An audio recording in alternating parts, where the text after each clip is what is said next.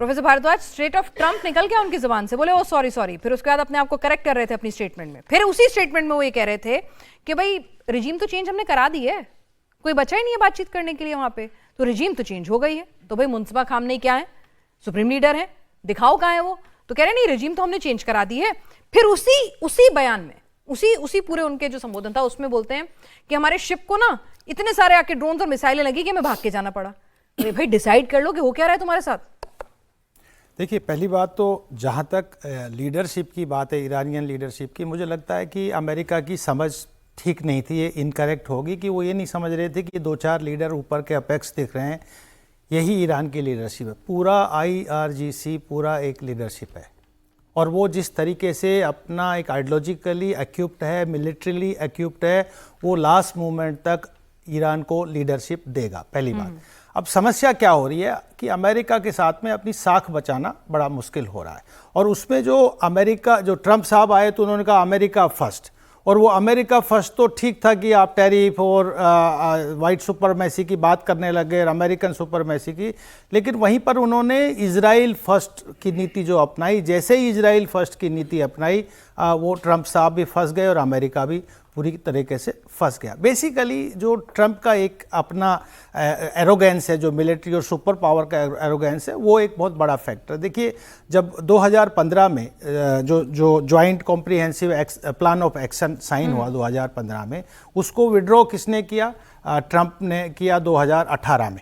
और आप ये देखिए कि उनको ये साफ साफ था इजराइल के कॉन्टेक्स्ट में कि जब तक पूरी तरीके से जो न्यूक्लियर संवर्धन क्षेत्र केंद्र है, जो उनके पास शक्ति है ईरान की, जब तक उसको ख़त्म नहीं करेंगे तब तक इजराइल के ऊपर एक खतरा बना रहेगा। और यही जो फियर फैक्टर पूरा गल्फ कंट्रीज़ पे क्रिएट किया, दिखाया गया कि अगर जब तक ईरान के पास न्यूक्लियर पावर है आप भी महफूज नहीं है। और उसी ही ट्रैप में फंस गए। ना उनका न्यूक्लियर संवर्धन जो केंद्र है आज तक नहीं हुआ है, अभी तक भी उनका खात्मा नहीं हुआ, ना लीडरशिप का खात्मा हुआ। अब समस्या ये होगी कि अब एग्जिट कैसे करें।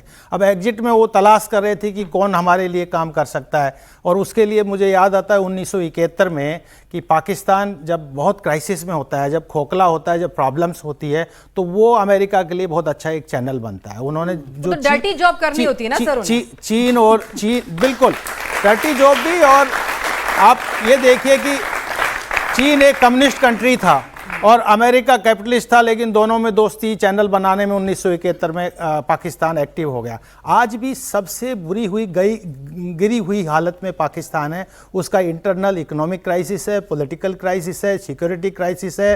तालिबान उनको थप्पड़ मार रहा है, तहरीके तालिबान उन पे ऊपर चढ़ाई कर रहा है, बलूचिस्तान हो रहा है। उस वो वल्नरेबल जो सिचुएशन है उसमें अमेरिका को लगा कि ये इसका इस्तेमाल किया जाए कि आप हमारा मीडिएशन कीजिए। वो कह रहे हैं हाँ साहब, हम बहुत देखिए हम एक्सेप्टेड है, ईरान से भी एक्सेप्टेड है, अमेरिका से भी एक्सेप्टेड है। और वो पाकिस्तान एक तरीके से दलाल की भूमिका निभाने के प्रयास कर रहा है। लेकिन मुझे नहीं लगता कि कोई बिल्कुल पैसे मिलेंगे, उनका